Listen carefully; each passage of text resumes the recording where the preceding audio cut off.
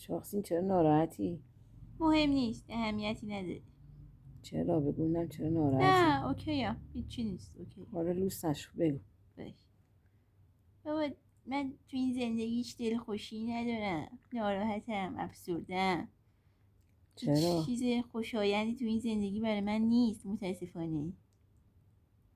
چی میخوای که نداری؟ مثلا خیلی چیز عادی بگم برات، لباس.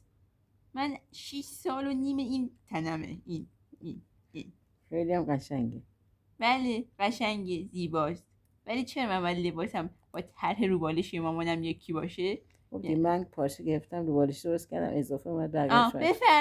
بفرما میگی اضافه اومد، یعنی شخصیت من اینجور اصلا دیدی گرفته نشده.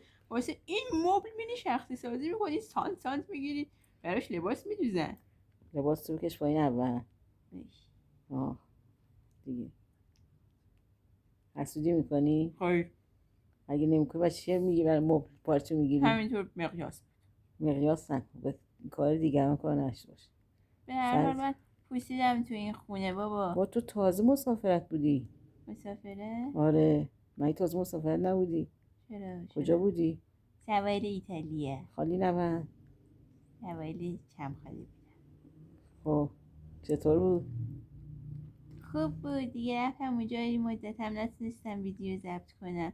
به هر حال شما منو واسه این آوردین که من بتونم یه ویدیویی ضبط بکنم. خسته شدم انقدر چشم به دست این نمونه، دنبال تک دیگری باید باشم. اونجا از مردم خواهش کنن که من سابسکرایب کنن، لایک کنن، تا من بلکه بتونم از این اوضاع اسفناک بیام بیرون.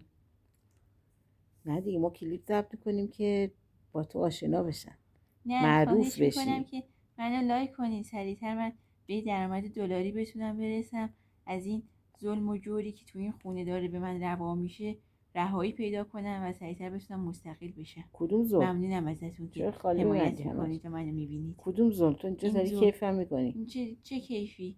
من باید حداقل در سال 2 بار بتونم سفر اروپا داشته باشم. واه چه ادعاش زیاده. بله شرایط شاخص همینه. شما نمیتونستین فراهم کنین، برای چی من گرفتین؟ خواستین خرگوش بخرین. خب اشتباه کردم. الان دیگه الان که من پوسیدم تو نه این قانه خونه. باش شاخصی، قانه باش. خیلی هم خوبه باش قانه باش. باش. خب کاری نداری؟ نه دیگه قدشو خسته شدم.